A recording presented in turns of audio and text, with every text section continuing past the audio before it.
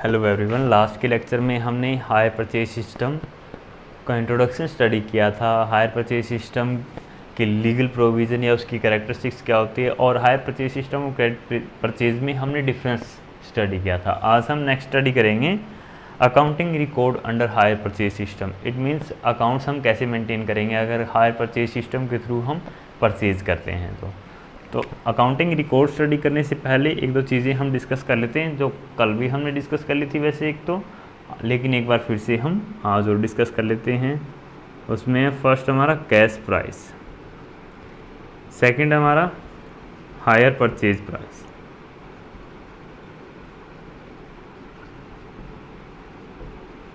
और थर्ड हमारा इंटरेस्ट, या इसको कई बार हायर चार्जेस भी लिख दिया जाता है।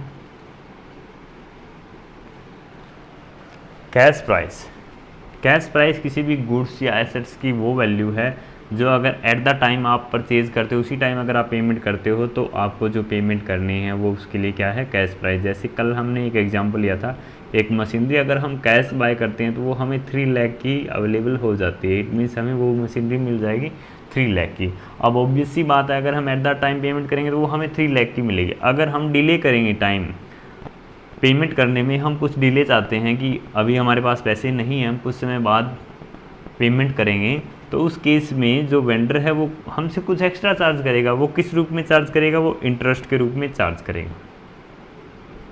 वो इसमें इंटरेस्ट और ऐड कर देगा। अब वो इंटरेस्ट, जैसे कल हमने एज्यूम किया था कि 40,000 का इंटरेस्ट वो हमसे चार्ज करता है। इंटरेस्ट क्यों चार्ज कर रहा है, क्योंकि हम कुछ समय बाद पे करेंगे और इंस्टॉलमेंट में पेमेंट करेंगे, तो इसीलिए उसने ये वैल्यू और ऐड कर दी। ये क्या है, इंटरेस्ट है या हायर चार्जेस भी हम इसे बोल देते हैं। अब इन दोनों को मिला करके जो प्राइस बनेगा 3,40,000, वो क्या है, hire purchase price. It means अगर हम हायर परचेज सिस्टम के थ्रू वो मशीनरी बाय करते हैं तो वो हमें मिलेगी 3,40,000। ठीक है। अब कैश प्राइस हमारे लिए इम्पोर्टेंस रखता है। ये नहीं कि जैसे हम हायर परचेज प्राइस पर ही सारी चीज़ें रिकॉर्ड करेंगे, ऐसा कुछ नहीं है। हम कैश प्राइस को ही रिकॉर्ड करेंगे हमारी बुक्स ऑफ अकाउंट में, हम हायर परचेज प्राइस को रिकॉर्ड नहीं करेंगे। अदरवाइज़ जैसे हमें ये लगता है कि हायर परचेज सिस्टम के थ्रू अगर हमने बाय किया तो यही प्राइस हमारे लिए बहुत ज़्यादा इंपॉर्टेंस रखता है, ये तो हम इग्नोर ही कर देंगे, ऐसा कुछ नहीं है। हम कैश प्राइस को ही रिकॉर्ड करेंगे अपने बुक्स ऑफ अकाउंट में जब भी रिकॉर्ड करेंगे, और कैश प्राइस के ऊपर ही आप क्या करोगे, डेप्रिसिएशन चार्ज करोगे। अगर आपको डेप्रिसिएशन चार्ज करने के लिए बोला जाता है तो आप किस पे चार्ज करोगे, कैश प्राइस पे।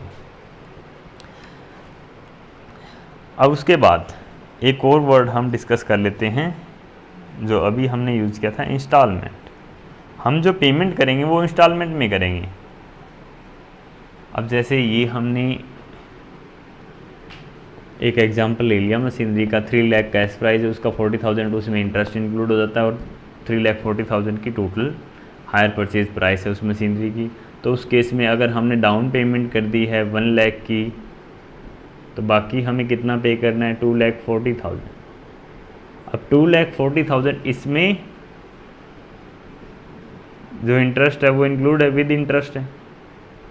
ये जो अमाउंट हमारी विद इंटरेस्ट है, और विदाउट इंटरेस्ट वैल्यू कितनी है हमारी उस मशीनरी की, विदाउट इंटरेस्ट वैल्यू हमारी कितनी होगी, 2 लाख। 2 लाख क्यों होगी, क्योंकि इसी 2 लाख के ऊपर तो इंटरेस्ट चार्ज होगा। डाउन पेमेंट तो हमने उसी दिन कर दी जिस दिन हमने एग्रीमेंट साइन किया है, तो जो इंटरेस्ट चार्ज हुआ वो किस वैल्यू पे हुआ, 2 लाख पे ही चार्ज हुआ, क्योंकि यही हमारी पेंडिंग है। तो ये विदाउट इंटरेस्ट वैल्यू हमारी, और विद इंटरेस्ट वैल्यू है 2,40,000। अब कई बार आपको इंस्टॉलमेंट तो जो दे दी जाती है वो आपको विद इंटरेस्ट दी जाती है, और कई बार विदाउट इंटरेस्ट। तो जब भी आप क्वेश्चन सोल्व करोगे तो आपको सबसे पहली चीज़ ये चेक करनी है कि ये जो इंस्टॉलमेंट है ये विद इंटरेस्ट है या विदाउट इंटरेस्ट है। ये चेक आप कैसे करोगे, इसके लिए सिंपल सा मेथड है। आप हायर परचेज प्राइस को, अगर आपको हायर परचेज प्राइस दे रखा है और नंबर ऑफ इंस्टॉलमेंट दे रखी है,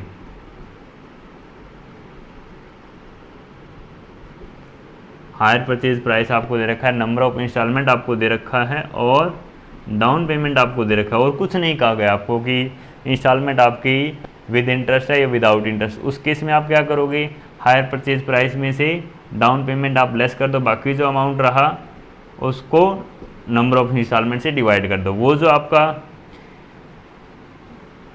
इंस्टॉलमेंट का अमाउंट आएगा वो विद इंटरेस्ट होगा, क्योंकि हमने हायर परचेज प्राइस को लेकर के ही इंस्टॉलमेंट की वैल्यू कैलकुलेट की है। अब कई बार क्वेश्चन में हमें ये दे दिया जाता है कि इंस्टॉलमेंट की जो अमाउंट है वो एक पर्टिकुलर अमाउंट हमें दे दी जाती है, जैसे 80,000 है और नंबर ऑफ इंस्टॉलमेंट क्या है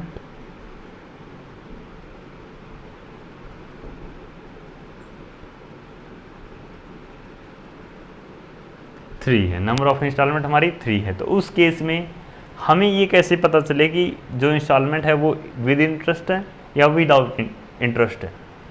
अब ये पता करने के लिए आप क्या करोगे, इंस्टॉलमेंट की वैल्यू को आप मल्टीप्लाई कर दोगे नंबर ऑफ इंस्टॉलमेंट से, उससे आपको क्या पता चल जाएगा, टोटल वो वैल्यू पता चल जाएगी जो आपको अभी भी पे करनी है डाउन पेमेंट करने के बाद। इसमें आप डाउन पेमेंट ऐड कर दो, अगर वो वैल्यू हायर परचेज प्राइस के इक्वल आती है तो उस केस में जो हमारी इंस्टॉलमेंट है उसमें इंटरेस्ट इंक्लूड है, और अगर वो वैल्यू कैश प्राइस के इक्वल आती है तो उस केस में हम क्या मानेंगे कि ये हमारी जो इंस्टॉलमेंट है वो विदाउट इंटरेस्ट है। ठीक है, तो एक ये चीज़ आपको ध्यान में रखनी है। अब हम अकाउंटिंग रिकॉर्ड स्टडी कर लेते हैं।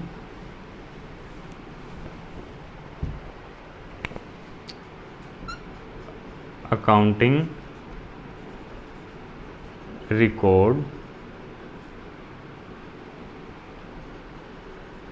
अंडर हायर परचेज सिस्टम को मैं एचपी लिख रहा हूँ, hire purchase system. Hire purchase system के अंडर हम अकाउंट्स कैसे मेंटेन करेंगे। अब इसके लिए हमारे पास 2 कैटेगरी की गुड्स अवेलेबल होती हैं। हम गुड्स को 2 कैटेगरी में डिवाइड कर लेते हैं। पहली हमारी है कैटेगरी गुड्स ऑफ कंसाइडरेबल वैल्यू, ऐसी वस्तुएं जिनका मूल्य अधिक होता है, जो हमारे लिए महत्व रखता है। और सेकंड जो हमारी कैटेगरी होगी वो होगी गुड्स ऑफ स्मॉल वैल्यू, वो छोटे छोटे मूल्य की वस्तुएं होंगी। अब गुड्स ऑफ कंसाइडरेबल वैल्यू में जो आपके पास एसेट्स होती हैं बेसिकली वही इंक्लूड होती हैं। एसेट्स भी ऐसी जो आपके फिक्स एसेट्स होती हैं बेसिकली, जैसे कार, मशीनरी, प्लांट एटसेट्रा। अगर वो हायर वैल्यू रखती हैं तो वो हमारे लिए क्या है, गुड्स ऑफ कंसाइडरेबल वैल्यू। और अगर गुड्स आपकी स्मॉल वैल्यू की है, जैसे रेडियो, लैपटॉप एटसेट्रा, अगर इस तरीके की आपके पास गुड्स हैं तो वो हमारी क्या होंगी, गुड्स ऑफ स्मॉल वैल्यू। अब हमने इसको डिवाइड क्यों किया, क्योंकि इसी बेस पे फिर अकाउंटिंग रिकॉर्ड उनका मेंटेन किया जाता है। अब सबसे पहले हम स्टडी करने जा रहे हैं फर्स्ट टाइप की गुड्स का, गुड्स ऑफ कंसाइडरेबल वैल्यू को अगर हम हायर परचेज सिस्टम के थ्रू बाय करते हैं तो उनके लिए हम कैसे अकाउंट्स मेंटेन करेंगे। अब इनके लिए भी 2 मेथड हमारे पास अवेलेबल हैं। इनका अकाउंटिंग रिकॉर्ड मेंटेन करने के लिए हमारे पास 2 मेथड हैं। First method total assets value method, और सेकंड हमारा एसेट्स एक्रूअल मेथड। ये 2 मेथड हमारे पास अवेलेबल हैं। अब जैसे हायर परचेज सिस्टम के थ्रू, जैसे कल हमने डिस्कस किया था कि जब भी एक परचेजर हायर परचेज सिस्टम के थ्रू कोई भी एसेट्स बाय करता है तो उसकी ओनरशिप कब ट्रांसफ़र होती है, जब वो लास्ट इंस्टॉलमेंट की पेमेंट कर देता है तभी ट्रांसफ़र होती है। तो उस केस में परचेजर के सामने समस्या ये आ जाती है कि वो जो भी मशीनरी उसने बाय की है या जो भी एसेट उसने बाय की है उसको फुल वैल्यू पे रिकॉर्ड करे या उसने जो अब तक पे कर दी उस पर रिकॉर्ड करे। क्योंकि हमारे लिए तो समस्या यही है, क्योंकि अब तक वो ओनरशिप तो हमें मिली नहीं, तो हम कैसे कह दें कि इस वैल्यू की मशीनरी हमारे पास है। तो दोनों ही क्वेश्चन हमारे सामने आ जाते हैं कि हम फुल वैल्यू पे रिकॉर्ड करें या अब तक की जो हमने पेमेंट की है उस पर रिकॉर्ड करें। तो इसी बेस पे दो मेथड आपके बनाए गए हैं। टोटल एसेट्स वैल्यू मेथड हमारा किस बेस पे कि हम फुल वैल्यू पे रिकॉर्ड करेंगे। जैसे मशीनरी की जो वैल्यू थी वो 3 लाख थी, हमने हायर परचेज सिस्टम के थ्रू से बाय किया और 1 लाख अब तक पे किया है डाउन पेमेंट, तो हम रिकॉर्ड करेंगे टोटल एसेट्स वैल्यू मेथड के थ्रू मशीनरी को हम रिकॉर्ड करेंगे 3 लाख की ही हमारी बुक्स ऑफ अकाउंट में। टोटल एसेट्स की वैल्यू हम देखेंगे और ये कैश प्राइस पे रिकॉर्ड करेंगे। ये पहले भी मैंने आपको बताया, अब दोबारा फिर से बता रहा हूँ, कैश प्राइस पे रिकॉर्ड की जानी है। तो 3 लाख की रिकॉर्ड होगी टोटल एसेट्स वैल्यू मेथड के थ्रू। तो लेकिन जो हमारा सेकंड मेथड है वो क्या कहता है कि हम केवल उतने की ही एसेट रिकॉर्ड करेंगे, हम उतने पे ही डेप्रिसिएशन चार्ज कर सकते हैं जितनी हमने पेमेंट अब तक कर दी है। तो उसके अकॉर्डिंग हम जो है वो मशीनरी शो करेंगे अपने बुक्स ऑफ अकाउंट में 1 लाख की, ठीक है। बाकी हम पेंडिंग में रखेंगे, हम उसे मशीनरी अकाउंट में नहीं ट्रांसफ़र करेंगे। 1 लाख ही हम ट्रांसफ़र करेंगे, उसके ऊपर ही डेप्रिसिएशन आपकी चार्ज होगी। तो ये दोनों मेथड इस बेस पे हैं कि परचेजर ने जो एसेट्स या गुड्स बाय की है उसको फुल वैल्यू पे शो किया जाए अपने अकाउंट्स में, या जितनी उसने पेमेंट की उस वैल्यू पे शो किया जाए। तो उसी बेस पे दो मेथड आपके बनाए गए हैं, टोटल एसेट्स वैल्यू मेथड और एसेट एक्रूअल मेथड। अब हम बात कर लेते हैं कि हमें जो क्वेश्चन बेसिकली इस बुक में करवाए गए हैं वो टोटल एसेट्स वैल्यू मेथड पे करवाए गए और बेसिकली यही मेथड हमारा फॉलो किया जाता है। तो इस मेथड के थ्रू हम कैसे अकाउंट्स मेंटेन करेंगे ये फटाफट स्टडी कर लेते हैं।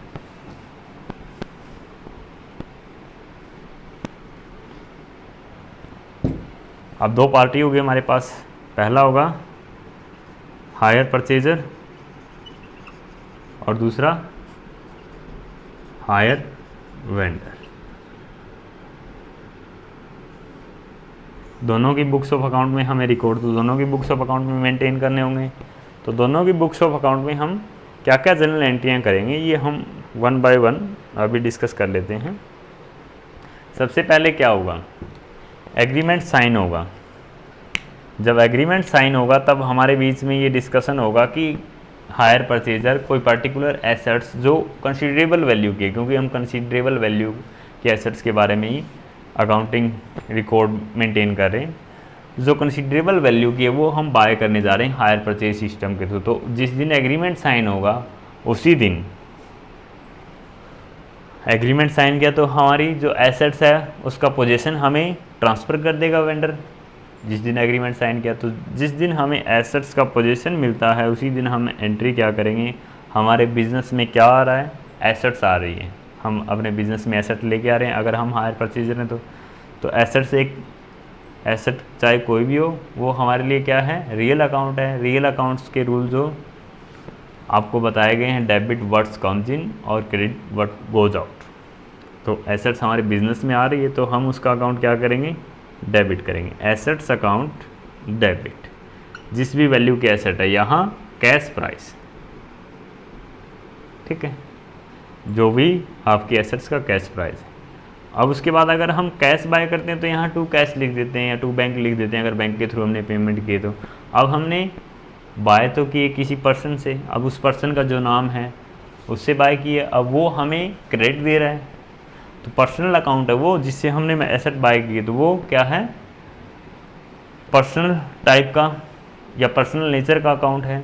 अब पर्सनल जो नेचर के अकाउंट के रूल हमें एप्लीकेबल करने होंगे। Debit the receiver, credit the giver. वो हमें मशीनरी दे रहा है तो वो हमारे लिए क्या है, गिवर है, तो हम उसका अकाउंट क्या करेंगे, क्रेडिट करेंगे to hire vendor account, same इसी वैल्यू से जिस वैल्यू से हमने डेबिट किया। अब हायर वेंडर का अगर हमें नाम बताया तो वो नाम यहाँ लिख देंगे, ठीक है। तो ये फर्स्ट एंट्री जिस दिन हमने एग्रीमेंट साइन किया। अब जिस दिन हमने एग्रीमेंट साइन किया उस दिन इसने भी तो कुछ दिया है, इसने एसेट दी है, सेल का एग्रीमेंट हो गया कि नहीं हो गया, इसके लिए हायर परचेज सिस्टम के थ्रू इसने सेल की है।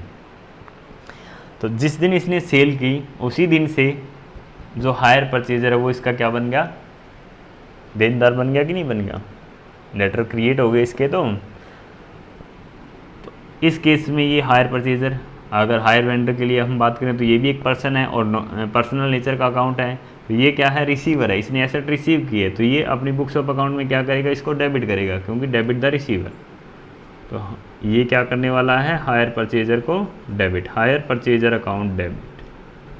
अगर इसके पास पैसे आ जाते तो पैसे से डेबिट कर देता है, ये cash account debit to sales. अब सेल्स में हमें ये ध्यान रखना है, इसके लिए तो एसेट थी लेकिन इसके लिए तो गुड्स थी, क्योंकि ये गुड्स सेल कर रहा है, जो ये सेल कर रहा है वो उसके लिए गुड्स है, तो यहाँ सेल वर्ड यूज़ करेगा। ये तो सेल में भी आप डिफरेंटली इंडिकेट करने के लिए कि ये हायर परचेज सिस्टम के थ्रू सेल की गई है, तो हम यहाँ क्या लिखेंगे, हायर सेल्स, जिसकी पेमेंट हमें पीरियोडिकल इंस्टॉलमेंट में मिलने वाली है। तो पहली एंट्री ये हो जाएगी इसकी बुक्स ऑफ अकाउंट में।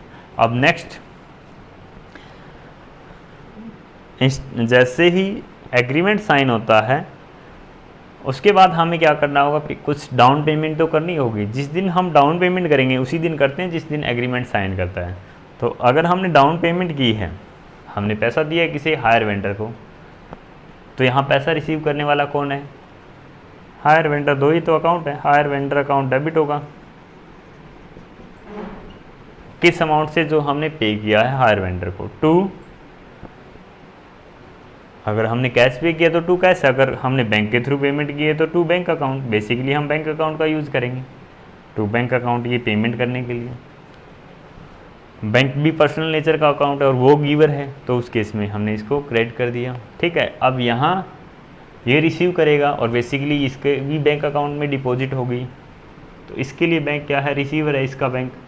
बैंक अकाउंट डेबिट, जो अमाउंट इसके बैंक ने रिसीव की, जो हमने पे की वही तो इसने रिसीव की, टू।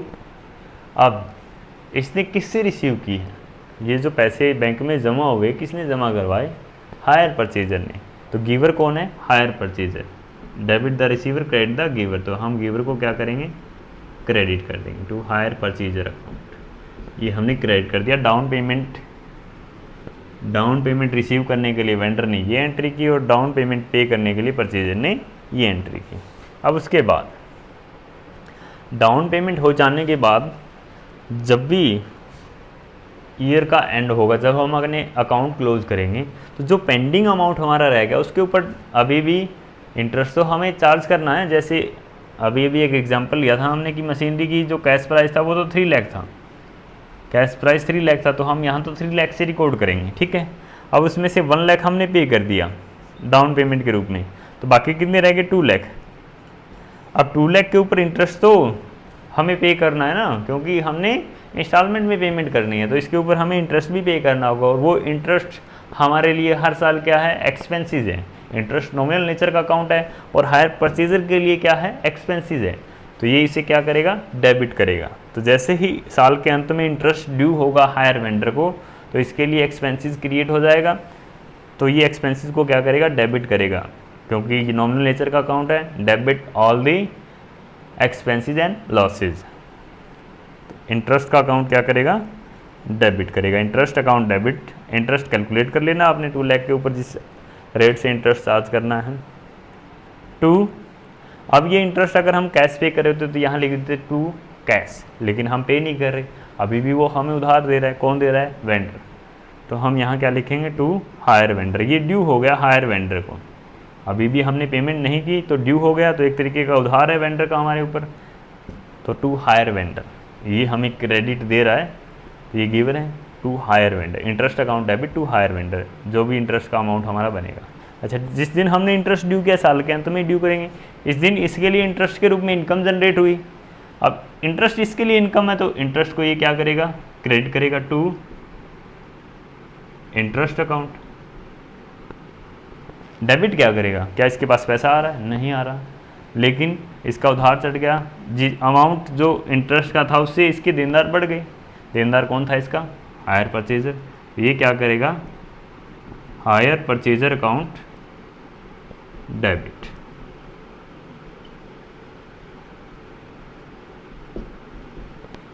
ये एंट्री कर देगा इंटरेस्ट ड्यू होने के लिए, ठीक है। ये एंट्री साल के अंत में की जाएगी जब आप अकाउंट्स क्लोज करें, और ये एंट्री उस दिन की जाएगी जिस दिन आपने एग्रीमेंट साइन किया, ठीक है। अब उसके बाद एसेट अगर हमने बाय कर लिए तो डेप्रिसिएशन भी ऑब्वियस सी बात है कि चार्ज करनी होगी। डेप्रिसिएशन कौन चार्ज करेगा, जिसकी एसेट्स हैं, एसेट किसकी है, हायर परचेजर के पास है तो यही चार्ज करेगा।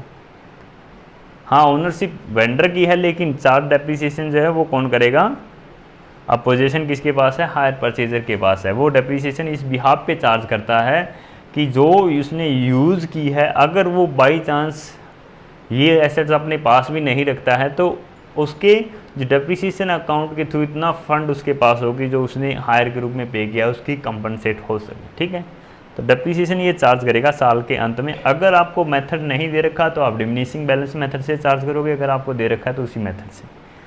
डेप्रिसिएशन चार्ज करने के लिए एंट्री क्या होगी, डेप्रिसिएशन हायर परचेजर के लिए क्या है, एक्सपेंसेस है, तो डेप्रिसिएशन अकाउंट क्या होगा, डेबिट होगा, क्योंकि ये भी नॉमिनल नेचर का अकाउंट है और एक्सपेंसेस है तो डेबिट होगा।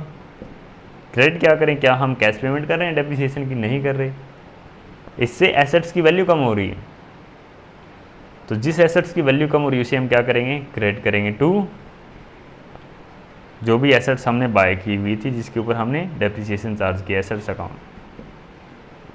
और जब भी एसेट्स की वैल्यू डिक्रीज होती है तो उसे हम क्या करते हैं, क्रेडिट करते हैं। अच्छा, डेप्रिसिएशन चार्ज की साल के अंत में हायर परचेजर ने, तो क्या हायर वेंडर भी अपने बुक्स ऑफ अकाउंट में कोई एंट्री करेगा, उस दिन ये कोई भी एंट्री नहीं करेगा, क्योंकि इसे इस बात से कोई लेना देना नहीं है। ठीक है, अब उसके बाद नेक्स्ट इंस्टॉलमेंट की पेमेंट भी तो इसे करनी होगी, क्योंकि अभी तक तो डाउन पेमेंट की है। जब इंस्टॉलमेंट की पेमेंट की जाएगी तो पेमेंट करने के लिए एंट्री क्या होती है आपको पता ही,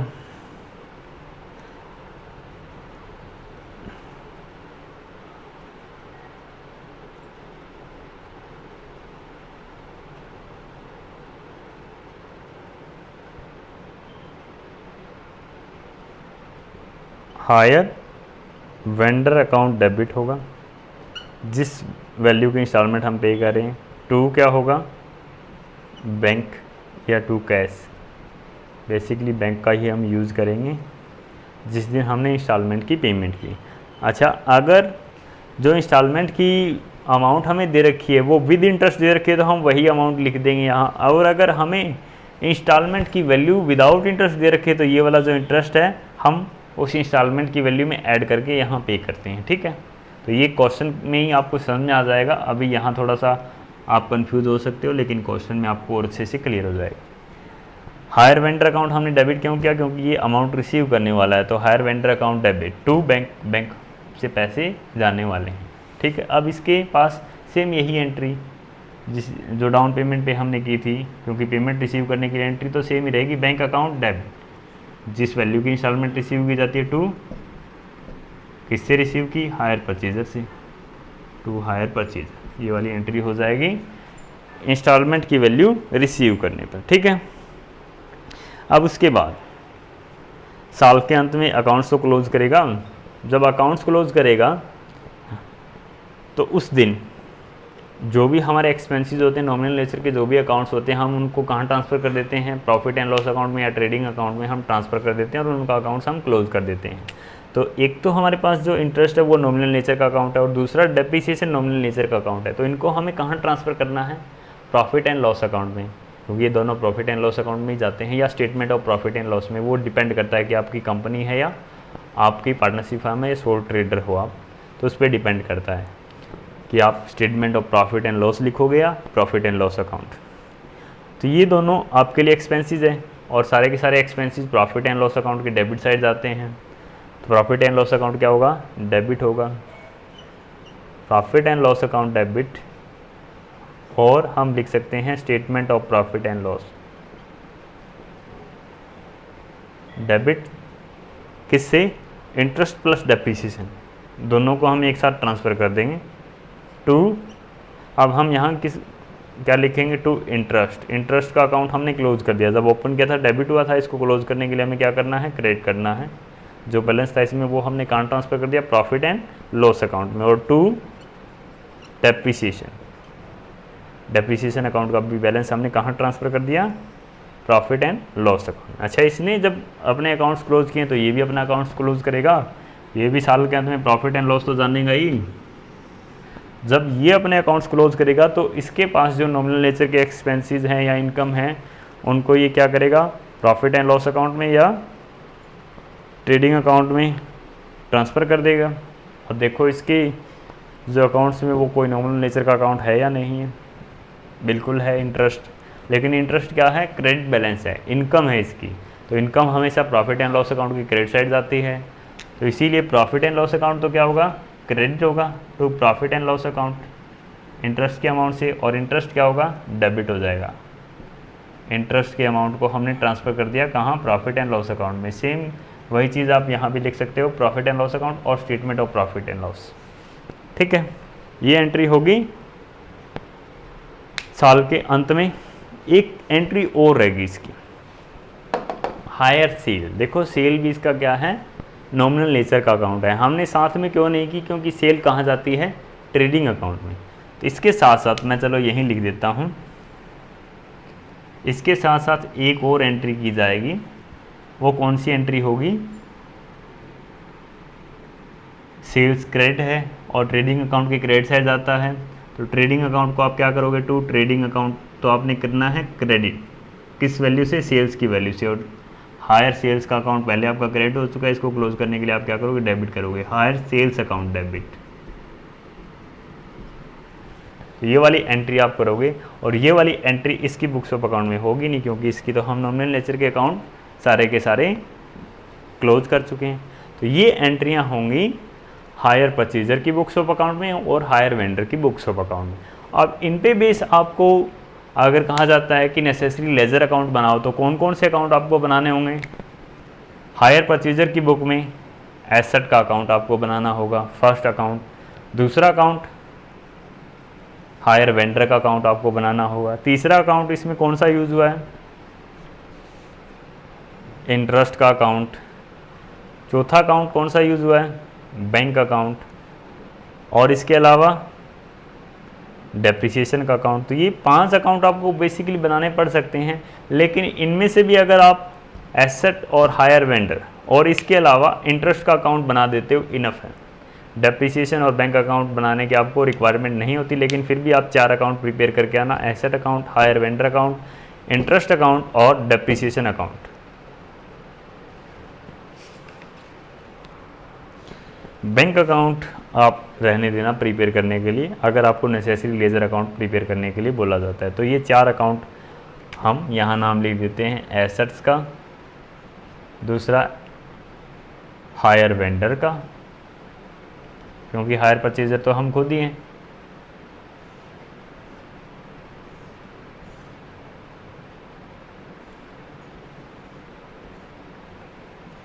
तीसरा अकाउंट बनेगा इंटरेस्ट का,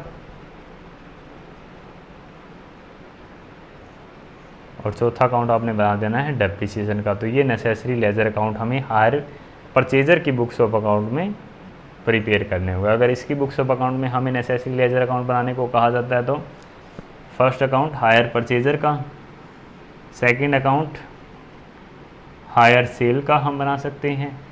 सेल का बनाने की रिक्वायरमेंट नहीं है, लेकिन क्योंकि इसको हम ट्रेडिंग अकाउंट में ट्रांसफ़र कर देते हैं। तो इसके अलावा हम क्या बनाएंगे, इंटरेस्ट का अकाउंट। तो ये 2 अकाउंट अगर आप बना देते हो, इनफ है। हायर वेंडर की बुक्स ऑफ अकाउंट में आपको सिर्फ 2 ही अकाउंट प्रिपेयर करने हैं, हायर परचेजर का और दूसरा इंटरेस्ट का। ठीक है, ये 2 अकाउंट आपको प्रिपेयर करने हैं। अब अकाउंट प्रिपेयर करना आप पहले ही सीख चुके हो।